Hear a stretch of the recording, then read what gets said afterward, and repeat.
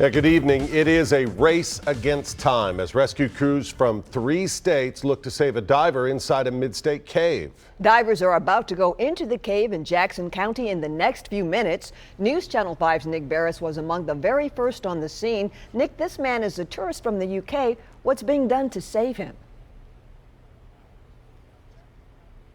Just an incredible story here, Vicki, and you're right, he's a tourist from the UK, but on top of that, this is an experienced diver. This man was involved with the rescue of those children in Thailand at that flooded cave last year. Now the rescuer needs rescuing. We know just within the past 15 minutes, experienced divers were flown in, brought here by the THP. They're about a quarter mile that direction. We're in the staging area where the cave is. They're about to go in, and as you say, this is a race against time.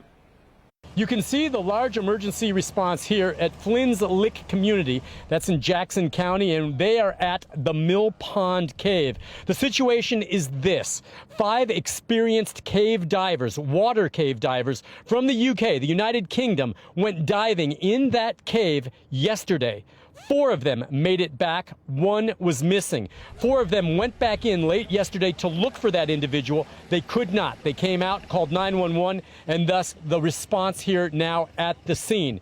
They do not know exactly where he is located at this point, but the thinking right now is that indeed over the past 24 hours, that missing diver, he has exhausted all the oxygen and air in his tank. The question is, did he find a safe place, an air pocket to survive? The rescue crews that are going in talked about their plan for finding him. There is a bell of air that is located right in this area here. And that bell of air has been described to me as being very large and large enough for a person to get into. We've talked about, is there standing room, is there not? It's unknown at this point. We do know that there's sufficient air in that bell to survive for an extended period of time, greater than 24 hours. As you can see by that map, it is a long horizontal cave making it through about 400 to 500 feet of rock. And again, all submerged except for pockets where there is air. We do expect experienced dive rescue team to make its way into the cave sometime a little bit after 6 o'clock. The hope is they find the individual safe in a pocket where there is oxygen. All right, so those divers, we understand, the expert divers from out of state, 2 of them have arrived here on the scene, are expected to make their way into the cave sometime here within the next 10-15 minutes. We understand the rescue operation will take between 45 minutes and an hour. We'll be standing by to see whether or not they find him alive inside that cave. We certainly hope that they do. Nick, tell us about the unique challenges here that water inside this dark cave creates for these rescuers.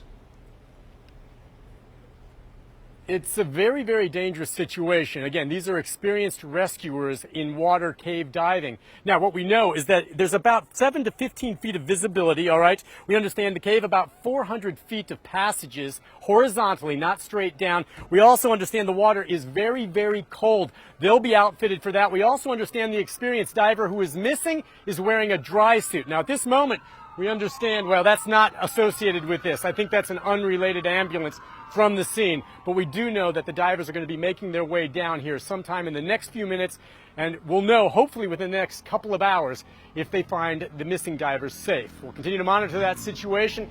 Live in Jackson County, Nick Barris, back to you in the studio. Thanks so much.